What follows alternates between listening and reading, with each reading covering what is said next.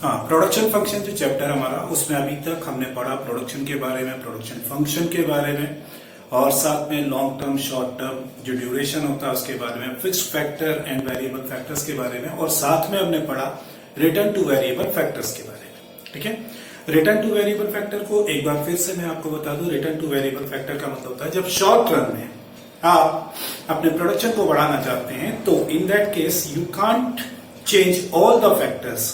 ठीक है, तो you can change only the variable factors keeping the other factors constant, right. तो in that case when you increase your variable factors then production will increase, लेकिन उसका जो trend होगा वो किस तरीके का होगा वो हमने उसमें जाना था। तो इनिशियली जब हम वेरिएबल फैक्टर को इंक्रीज करते हैं तो उसमें हमें जो रिटर्न मिलता है वो इंक्रीजिंग ट्रेंड में मिलता है। मींस जितना हम वेरिएबल फैक्टर को बढ़ाएंगे उससे ज्यादा हमें रिटर्न पिछले वाले से ज्यादा मिलेगा। ठीक है, it is called increasing return two factor. एक सर्टेन लिमिट तक पहुंचने के बाद फिर आपका जो रिटर्न है, अगर आप वेरिएबल फैक्टर को और बढ़ाएंगे तो वो इंक्रीजिंग के बजाय क्या होने लगेगा, डिक्रीजिंग रेट से मिलना शुरू हो जाएगा। स्टिल जो आपका टोटल प्रोडक्शन है that will continue to grow up, लेकिन डिक्रीजिंग रेट से होगा। And after a certain time और आफ्टर अ सर्टेन लिमिट जब हम फिर से वेरिएबल फैक्टर को बढ़ाएंगे और चेंज करेंगे तो इंपैक्ट जो है वो उल्टा होगा। उल्टे का मतलब होगा कि वहां पे आपका जो रिटर्न है वो नेगेटिव होना शुरू हो जाएगा। मतलब वहां से आपका जो टोटल प्रोडक्शन है वो इंक्रीज होने के बजाय डिक्लाइन होना शुरू हो जाएगा। इस तरीके से रिटर्न टू फैक्टर पे हम तीन फेज देखते हैं। फर्स्ट फेज जो है वो इंक्रीजिंग रेट ऑफ रिटर्न है, सेकेंड फेज जो है वो डिक्रीजिंग रेट ऑफ रिटर्न है, एंड थर्ड फेज जो है वो डिमिनिशिंग रेट ऑफ रिटर्न है।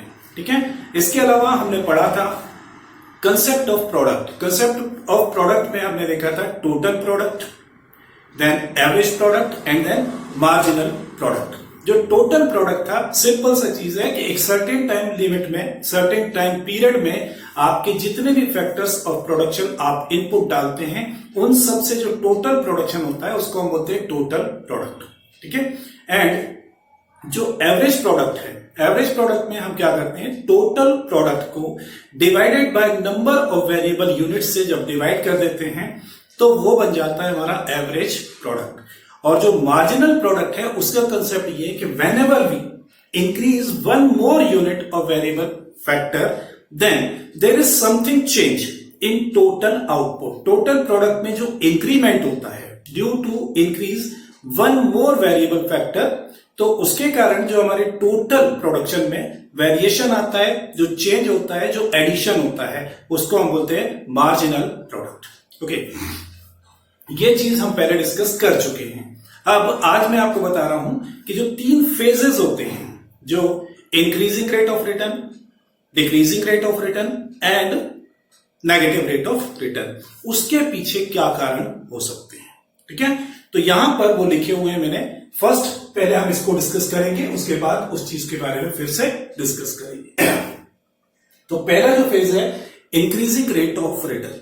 ओके, इसका पहला पॉइंट दे रखा है fuller utilisation of the fixed factor. ठीक है, अब इसको हम ऐसे समझेंगे कि हर फिक्स फैक्टर की एक फिक्स लिमिट होती है।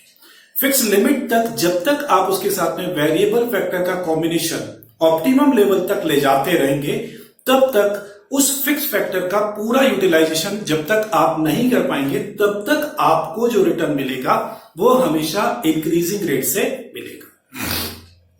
ओके, इसका मतलब ये होता है कि यहां पर जैसे अगर एक मशीन है, ठीक है, उस मशीन पर हम 4 लोगों को एक साथ साइमल्टेनियसली इंप्लॉय कर सकते हैं और मशीन अपनी फुल कैपेसिटी में काम करेगी।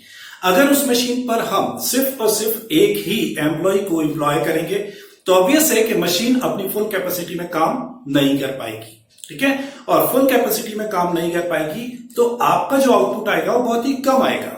ठीक है, जब आप 2 लोगों को वहां पर इन्वॉल्व करेंगे तो मशीन को हम और ज्यादा यूज कर सकते हैं, बेटर तरीके से यूज कर सकते हैं, एंड देयरफॉर जो आप एक एक्स्ट्रा पर्सन उसमें इन्वॉल्व कर रहे हैं, उस पर एम्प्लॉय कर रहे हैं, तो उसके कारण जो रिटर्न आएगा वो आपका इंक्रीजिंग रेट से आएगा। इस तरीके से हम कह सकते हैं कि चूंकि फिक्स फैक्टर की एक लिमिट होती है और जब तक आप उसको पूरा यूटिलाइजेशन नहीं करते हैं तब तक आपको जो रिटर्न मिलेगा वो हमेशा इंक्रीजिंग रेट से मिलता रहेगा। ठीक है, उसके बाद अगला जो पॉइंट है increased efficiency of variable factor. अब ऐसा होता है कि फिक्स फैक्टर के साथ में जो वेरिएबल फैक्टर आप इन्वॉल्व करते हैं, बिकॉज ऑफ कि अगर आपकी फिक्स फैक्टर जो आपकी मशीन है उसकी कैपेसिटी 4 लोगों को इन्वॉल्व करने की है और आप वहां पर एक ही आदमी को इन्वॉल्व कर रहे हैं, तो इसका मतलब यह है कि उस मशीन पर जितना भी आपका प्रोडक्शन का जो प्रोसेस है वो एक इंडिविजुअल आदमी को करना पड़ेगा। तो उसको हर बार अपनी जो स्टाइल है उसमें चेंज करना पड़ेगा, कभी उसको ये काम करना है, कभी उसको वो काम करना है। तो हर बार जो उसका मूड है, जो उसका काम करने का तरीका है, उसमें हर बार उसको चेंज लाना पड़ेगा। ठीक है, तो उसके कारण क्या होता है कि उसकी इफिशियंसी बार बार डाउन होती है। अगर ऐसी सिचुएशन में वहां पर हम 2 लोगों को इन्वॉल्व करते हैं तो वो लोग अपने अपने काम को डिवाइड कर लेते हैं। एक आदमी एक काम संभालता है, दूसरा आदमी दूसरा काम संभालता है, तो उससे एफिशिएंसी और बढ़ जाती है, क्योंकि आप 2 अलग अलग लोग अलग अलग काम को ऑपरेट कर रहे हैं। ठीक है, तो हर आदमी अपने अपने काम में एक्सपर्ट हो जाता है और एफिशिएंसी ज्यादा आती है। हम तीसरे और चौथे आदमी को जब इन्वॉल्व करते हैं तो यहां पे सिंपल सी चीज है कि हम according to capabilities of the persons काम का डिवीजन कर देते हैं। जब काम का डिवीजन हो जाता है तो उससे जो आपका वेरिएबल फैक्टर है उसकी इफिशियंसी बढ़ जाती है। तो वी कैन से कि जब हम ज्यादा वेरिएबल फैक्टर्स को फिक्स फैक्टर की लिमिट तक इन्वॉल्व करते हैं तो हमारा जो आउटपुट आता है वो बढ़ते हुए लेवल पर आता है, इंक्रीजिंग ट्रेंड पर आता है। Better coordination between the factors, जो फिक्स फैक्टर है और वेरिएबल फैक्टर है उनका एक रेशो होता है। ठीक है, इनपुट, जिसमें इनपुट में भी फिक्स और वेरिएबल का जो रेशो रहता है, जब तक आप उस रेशो को ऑप्टिमम रेशो तक नहीं पहुंचा देते हैं तब तक, ठीक है, उनके बीच में एक बेटर कोऑर्डिनेशन नहीं हो पाता है। जब आप उसमें दोनों फैक्टर्स को इन्वॉल्व करते हैं तो उनके बीच में बेटर कोऑर्डिनेशन जनरेट होने लगता है, बढ़ने लगता है, बेटर हो जाता है। तो उसके कारण जो आउटपुट है वो इंक्रीजिंग रेट से आपको मिलना शुरू होता है या मिलता रहता है। अब सेकंड पॉइंट जो है डिक्रीजिंग रिटर्न टू फैक्टर। ठीक है, अब किस फेज में जाके डिक्रीजिंग रेट ऑफ रिटर्न मिलना शुरू हो जाएगा, उसका जो रीजन है वो ये है कि fixity of the fix factor. जो फिक्स फैक्टर होता है उसकी जो कैपेसिटी होती है वो फिक्स होती है। ठीक है, अगर आप उस पर उस कैपेसिटी से ज्यादा लोड डालेंगे तो उस मशीन में या उस फैक्टर में रिपेयर, मेंटेनेंस जैसी चीजों की जो कॉस्ट है वो बढ़ जाएगी। साथ में रिपेयरिंग ज्यादा होगा तो मशीन काम कम कर पाएगी, क्योंकि मोस्ट ऑफ द टाइम वो रिपेयरिंग में रहेगी। ठीक है, और उसके कारण काम जो है वो हेल्ड अप होता है। तो अपन ये कह सकते हैं कि जो फिक्स फैक्टर है अगर उसकी कैपेसिटी के बियॉन्ड आप उसको यूटिलाइज करना शुरू करेंगे तो ओवरबर्डन होने के कारण जो आपको रिटर्न मिलेगा, ठीक है, फिक्स फैक्टर के ओवरबर्डन के कारण जो वेरिएबल फैक्टर है वो प्रॉपरली काम नहीं कर पाएगा और उसका इंपैक्ट ये होगा कि आपका आउटपुट जो है वो रिटर्न कम होना शुरू हो जाएगा। इम्परफेक्ट सब्स्टिट्यूट या इम्परफेक्ट फैक्टर सब्स्टिट्यूशंस। अपन ये भी कह सकते हैं कि हर चीज का दूसरा जो अल्टरनेटिव है वो हमेशा परफेक्ट सब्स्टिट्यूट होगा, ऐसा नहीं है। ठीक है, जहां पर आपको कैपिटल की जरूरत है वहां पर अगर आप लेबर का इन्वॉल्वमेंट करेंगे तो ऑब्वियसली वो परफेक्ट सब्स्टिट्यूट नहीं हो सकता है टू सम एक्सटेंट। ठीक है, इट इज पॉसिबल। जैसे अगर आपको एक दिन आपको चपातियां खाने की आदत है, आप खाने में हमेशा चपाती खाते हैं, ठीक है, अगर आप एक दिन चावल खाएंगे तो आपको चल जाएगा, लेकिन अगर आपको रोज रोज चावल देना शुरू कर दिया जाएगा तो वो पॉसिबल नहीं होगा। क्यों? क्योंकि चपाती का सब्स्टिट्यूट चावल आपके पॉइंट ऑफ व्यू से नहीं हो सकता है। तो लाइक दैट यहां पर भी होता है कि फिक्स फैक्टर का जो सब्स्टिट्यूट है टू सम एक्सटेंट हम वेरिएबल फैक्टर को मान सकते हैं, लेकिन एक लिमिट तक। उस लिमिट के बियॉन्ड अगर हम फिक्स फैक्टर की जगह वेरिएबल फैक्टर को ही चेंज करते जाएंगे तो वो परफेक्ट सब्स्टिट्यूट नहीं होगा और उसका इंपैक्ट ये होगा कि आपका आउटपुट जो है वो इंक्रीजिंग रेट से आने के बजाय क्या होने लगेगा, डिक्रीज होना शुरू हो जाएगा। ठीक है, तो ये 2 रीजंस हो सकते हैं। अब सिंपल सी चीज है कि यहां पे जो भी कॉम्बिनेशंस हैं उन्हीं कॉम्बिनेशन, चूंकि फिक्स फैक्टर और वेरिएबल फैक्टर फिक्स अपनी जगह फिक्स है और वेरिएबल फैक्टर को आप चेंज करते जा रहे हैं तो वो टू सम एक्सटेंट आपको फायदा पहुंचाता है, उसके बाद वही चीज आपके लिए नुकसानदायक हो जाती है और उसके बाद मतलब कम फायदे की हो जाती है और उसके बाद वही चीज आपके लिए नुकसानदायक भी हो जाती है। तो जब वो नुकसानदायक हो जाती है तो वहां पर आपका जो आउटपुट है वो बढ़ने के बजाय क्या होने लगता है, नेगेटिव होने लगता है। तो तीसरा जो पॉइंट है नेगेटिव रिटर्न ऑफ फैक्टर। तो नेगेटिव रिटर्न टू फैक्टर को अपन ये कह सकते हैं कि poor coordination of the factors. जो हमारे फिक्स फैक्टर हैं और वेरिएबल फैक्टर हैं उनका जो कोऑर्डिनेशन है वो बिगड़ जाता है। बिगड़ जाता है मतलब ये कि आप सिर्फ और सिर्फ एक ही फैक्टर को बढ़ाए जा रहे हैं, जबकि दूसरा फैक्टर जो अपनी जगह कांस्टेंट है, क्योंकि उसमें आप चेंज नहीं कर पा रहे हैं, नहीं कर सकते हैं, because of you are not having sufficient time to change that factor also. Okay, तो यहां पर जो कोऑर्डिनेशन होना चाहिए दो फैक्टर्स के बीच में वो डिस्ट्रॉय हो जाता है। उसके कारण पुअर कोऑर्डिनेशन के कारण जो आउटपुट है वो बढ़ने के बजाय क्या होने लगता है, कम होने लगता है, नेगेटिव रिटर्न आना शुरू हो जाती है। Decrease in efficiency of variable factors. अब वेरिएबल फैक्टर की इफिशियंसी बढ़ जाती है बिकॉज ऑफ टू मच। जब एक जैसे वेरिएबल फैक्टर्स बहुत सारे इकट्ठे हो जाते हैं तो वो आपस में प्रॉपर कोऑर्डिनेट नहीं कर पाते हैं, उनकी इफिशियंसी डाउन होना शुरू हो जाती है। मैनेजमेंट के पॉइंट ऑफ व्यू से भी अगर आप देखें तो अगर आप लेबर को कंटिन्यूसली इंक्रीज करते जाएंगे तो लेबर को कंट्रोल करने के लिए मैनेजमेंट की इफिशियंसी कम होना शुरू हो जाती है। तो इसको हम बोलते हैं स्पान ऑफ कंट्रोल के एक मैनेजर जो होता है वो एक लिमिट तक ही अपने अंडर में रहने वाले लोगों को कंट्रोल कर सकता है। बियॉन्ड दैट लिमिट अगर क्लास को अगर उसके अंडर में एम्प्लॉयज इकट्ठे कर दिए जाते हैं तो वो उनको प्रॉपरली कंट्रोल नहीं कर सकता है। This happens in our classrooms also. जैसे क्लासरूम में एक टीचर जो कंट्रोल करने की कैपेसिटी होती है स्टूडेंट्स की वो 30 to 35 स्टूडेंट्स को बहुत आसानी से वो कंट्रोल कर पाता है। बट अगर हम उसी क्लास में और नंबर ऑफ स्टूडेंट्स बढ़ाते चले जाएं तो वहां पर टीचर के लिए उन स्टूडेंट्स को मैनेज करना मुश्किल हो जाता है और उसकी इफिशियंसी बढ़ने के बजाय क्या होने लगती है, कम होने लगती है, नेगेटिव चली जाती है। नेगेटिव जाने का मतलब क्या कि वो किसी को भी नहीं पढ़ा पा रहा है। ठीक है, पहले वो कम से कम 30 to 35 स्टूडेंट्स को पॉजिटिवली पढ़ा पाता था और रिजल्ट्स आते थे, लेकिन जब उस क्लास में हमने 30 से बढ़ा के स्टूडेंट को 60 कर दिया तो अब यह स्थिति होती है कि ऑल टाइम वो अपने स्टूडेंट्स को खाली चुप कराने में लगा रहता है, क्योंकि शोर इतना होने लगता है जहां पर कि स्टूडेंट जो अच्छे स्टूडेंट थे उनकी भी इफिशियंसी क्या हो जाती है, कम हो जाती है, डाउन हो जाती है। और टोटलिटी में अगर अपन देखें तो पूरी क्लास का रिजल्ट जो है वो बर्बाद हो जाता है। ठीक है, तो it happens in production process also कि वहां पर भी ऐसा जो वेरिएबल फैक्टर्स हैं अगर वो जरूरत से ज्यादा बढ़ जाते हैं तो उनकी इफिशियंसी जो है वो कम हो जाती है, वो काम नहीं कर पाते हैं और उसके कारण जो रिजल्ट आता है वो नेगेटिव होने लगता है। नेगेटिव का मतलब जो पहले आउटपुट दे पा रहे थे अब उनका भी आउटपुट आना बंद हो जाता है। तो these are the reasons behind the causes for the change in return to variable factors कि जब आप वेरिएबल फैक्टर्स को चेंज करते हैं तो उसके रिटर्न जो होते हैं वो किस तरीके से आते हैं, इंक्रीजिंग आता है, डिक्रीजिंग आता है, नेगेटिव आता है और उसके पीछे क्या लॉजिक्स हो सकते हैं, है ना। तो कुल मिला के लॉजिक्स वही है कि एक चीज एक सर्टेन लिमिट तक आपके लिए फायदे की होती है, उसके बाद वो आपको थोड़ा सा कम फायदे की हो जाती है और जब उसी चीज की क्वांटिटी आप बढ़ाते चले जाते हैं तो वो आपके ऊपर असर करना बंद कर देती है। असर करने के बाद वो नेगेटिव इंपैक्ट भी डालना शुरू कर सकती है।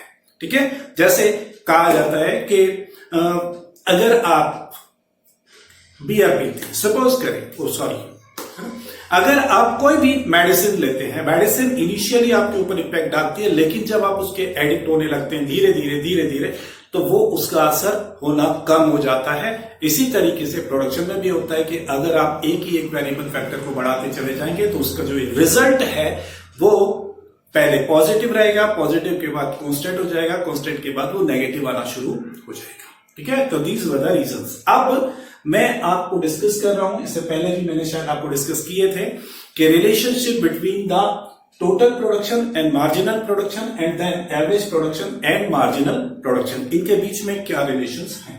तो वन आफ्टर वन यहां पे बता रहा हूं। सबसे पहले as long as MP is positive TP increases. ठीक है, देखिए इनिशियली जब आप अपने वेरिएबल फैक्टर्स को चेंज करते हैं मतलब बढ़ाते हैं for the increase in production, ठीक है, तो उससे रिलेटेड है कि जब तक मार्जिनल प्रोडक्ट जो है वो पॉजिटिव रहेगा तब तक आपका टीपी बढ़ता रहेगा। इट इज नॉट मटेरियल कि वो किस स्पीड से बढ़ रहा है, but ultimately it will increase. Of course कि वो इनिशियली इंक्रीजिंग रेट से आएगा, उसके बाद वो डिक्रीजिंग रेट से आएगा, बट स्टिल जब तक आपका एमपी बढ़ता पॉजिटिव रहेगा तब तक आपका टोटल जो प्रोडक्शन है वो बढ़ता ही रहेगा। ठीक है, ये पहला रिलेशन है। दूसरा, व्हेन एमपी इज जीरो, अब एमपी का जो रिलेशन होता है, मतलब एमपी का जो नेचर होता है, मार्जिनल प्रोडक्शन का जो नेचर होता है वो ये होता है कि इनिशियली वो बढ़ता है और फिर उसके बाद वो डिक्लाइन होना शुरू हो जाता है। डिक्लाइन होते होते वो अपने जीरो लेवल पर आ जाता है। मतलब ये है कि जब आप एडिशनल वेरिएबल फैक्टर की एडिशनल यूनिट डालेंगे तो उससे जो रिजल्ट आएगा वो आपको जीरो आएगा। मतलब उस पर्टिकुलर फैक्टर की जो क्वांटिटी आपने बढ़ाई है, एक पर्टिकुलर क्वांटिटी, तो उसका इंपैक्ट जो है वो आपके आउटपुट पर जीरो हो जाता है, मतलब कोई आउटपुट से नहीं मिलता है। तो अपन कह सकते हैं व्हेन एमपी जीरो, जब एमपी जीरो होगा तो इसका मतलब यह है कि उसकी एक्सट्रीम लिमिट आ चुकी है। अब अगर आप मार्जिनल प्रोडक्ट को, मार्जिनल वेरिएबल फैक्टर को अगर आप इंक्रीज करेंगे तो मार्जिनल प्रोडक्ट जो है वो जीरो हो जाएगा। एट दैट टाइम जो आपका टोटल प्रोडक्शन होगा वो अपने मैक्सिमम लेवल को टच कर देगा। ठीक है, मतलब यह है कि जब एमपी जीरो होगा तो आपका जो टोटल प्रोडक्शन है वो अपने मैक्सिमम लेवल पर होगा। ठीक है, and third one is when MP is negative, TP starts falling. ठीक है, जब एमपी अपने मैक्सिमम लेवल पर चला जाएगा, मैक्सिमम लेवल पर जाने के सॉरी जब टीपी अपने जीरो लेवल पर आ जाएगा, उसके बाद भी अगर हम वेरिएबल फैक्टर को इंक्रीज करते हैं तो यहां पर हमारा जो रिटर्न है वो नेगेटिव आना शुरू हो जाता है। नेगेटिव का मतलब मार्जिनल प्रोडक्ट आपका नेगेटिव हो जाएगा। ठीक है, और जैसे ही मार्जिनल प्रोडक्ट आपका नेगेटिव होगा तो आपका जो टोटल प्रोडक्ट है वो अब डिक्लाइन होना शुरू हो जाएगा, मतलब टोटल आउटपुट आपका कम होना शुरू हो जाएगा। ठीक है, तो जस्ट फॉर कि मैं आपको इसको इस तरीके से एक्सप्लेन कर सकता हूं, एक सिंपल से ग्राफ को बना के, जो आप यहां पे चेक कर सकते हैं। मैं यहां पे इसको रन कर रहा हूं।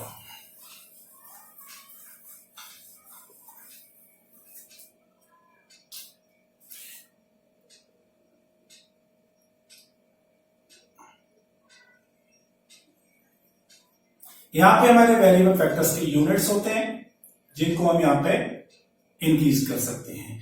जो जीरो लेवल पर, मतलब ये है कि जब हमने किसी लेवल को नहीं लगाया तो हमारा आउटपुट जो होगा वो क्या होगा, जीरो ही होगा। जब हम एक फैक्टर एक लेवल को बढ़ाते हैं तो हमारा आउटपुट जो होता है वो इस लेवल पर आता है। ठीक है, और उसके बाद फिर हम एक और पर्सन को इन्वॉल्व करते हैं तो हमारा आउटपुट जो है वो इतना हो जाता है। तो इस तरीके से ये ग्राफ हमारा ऐसे जाता है। उसके बाद जब हम तीसरे बंदे को इन्वॉल्व करते हैं तो हमारा जो आउटपुट है वो इस तरीके से टर्न होना शुरू हो जाता है। ठीक है, तो वी कैन से कि यहां पर जो स्थिति है वो हमारी मैक्सिमम आउटपुट की है। ठीक है, ये हमारा मैक्सिमम आउटपुट है और यहां पर हमारा जो एमपी होगा वो क्या होगा, जीरो होगा। एमपी जो बढ़ता है वो इस तरीके से बढ़ता है।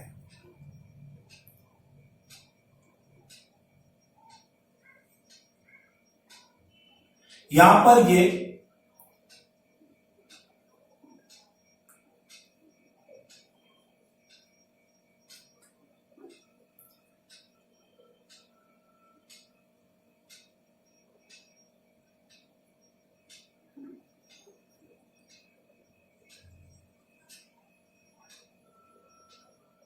इस जगह आया और उसके बाद ये नेगेटिव हो जाएगा। ये हमारा एमपी होगा। मतलब ये कि पहले इनिशियली बढ़ेगा और फिर ये डिक्लाइन होना शुरू होगा, होते होते होते ये जीरो लेवल पर टच करेगा। उस वक्त हमारा ये जो टोटल प्रोडक्ट है वो पॉजिटिव होगा और उसके बाद जो हमारा टोटल आउटपुट है वो डिक्लाइन होना शुरू हो जाएगा।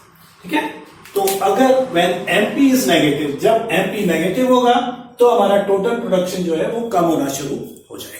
ठीक है, ये इन दोनों के रिलेशन है। अब हम आते हैं एपी, एवरेज प्रोडक्शन और मार्जिनल प्रोडक्शन के बीच में क्या रिलेशंस हो सकते हैं। व्हेन बोथ आर राइजिंग, जब एमपी और एपी दोनों ही बढ़ रहे हैं तो एमपी हमेशा एपी से ऊपर चलेगा। तो अगर मेरा एवरेज प्रोडक्शन ऐसा है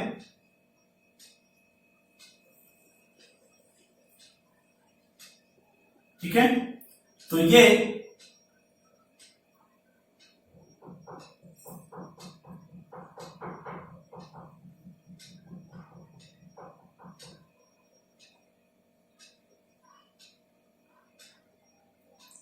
ऐसे रहेगा।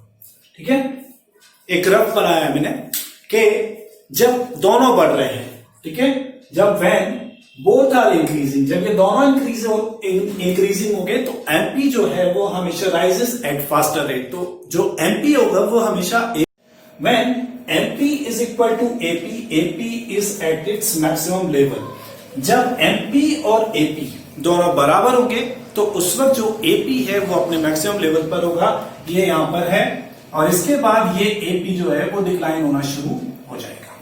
ठीक है, व्हेन बोथ आर फॉलिंग, जब दोनों गिरना शुरू होते हैं, ठीक है, तो जब दोनों गिरना शुरू होते हैं तो एमपी के गिरने की, फॉलिंग की जो स्पीड होगी वो एपी से ज्यादा होगी। यू कैन सी हियर कि अब एपी जो है वो इससे ऊपर चल गया है और एमपी जो है वो इसके नीचे आ गया, मतलब एमपी फास्टर रेट से यहां पे डिक्लाइन होना शुरू हुआ है। ओके, और अब both become negative but AP will never be negative. फिर डिक्लाइन होते होते जो एमपी है वो तो नेगेटिव भी हो जाएगा। नेगेटिव का मतलब वो जीरो लेवल को टच करने के बाद नेगेटिव हो जाएगा, लेकिन एपी कभी भी नेगेटिव नहीं होगा।